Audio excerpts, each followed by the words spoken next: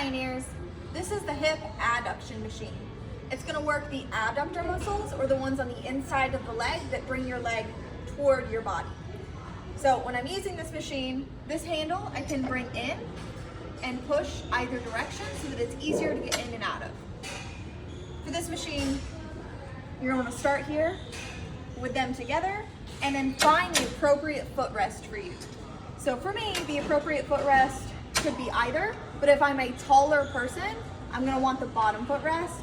If I'm a shorter person, probably the higher one. Before you start, make sure you adjust the weight using the knob and the pin. Using the pin, you can select a larger weight increment. Using the knob, I can adjust by 5-pound increments. After I've decided on my weight and my whole back is on the mat, my whole butt is on the mat, I'm going to use this to find my starting point. For me, it's just about here. If you have more mobile hips, you can go wider, but I'm gonna start here and then I'm just gonna push the pads together and come back out with control.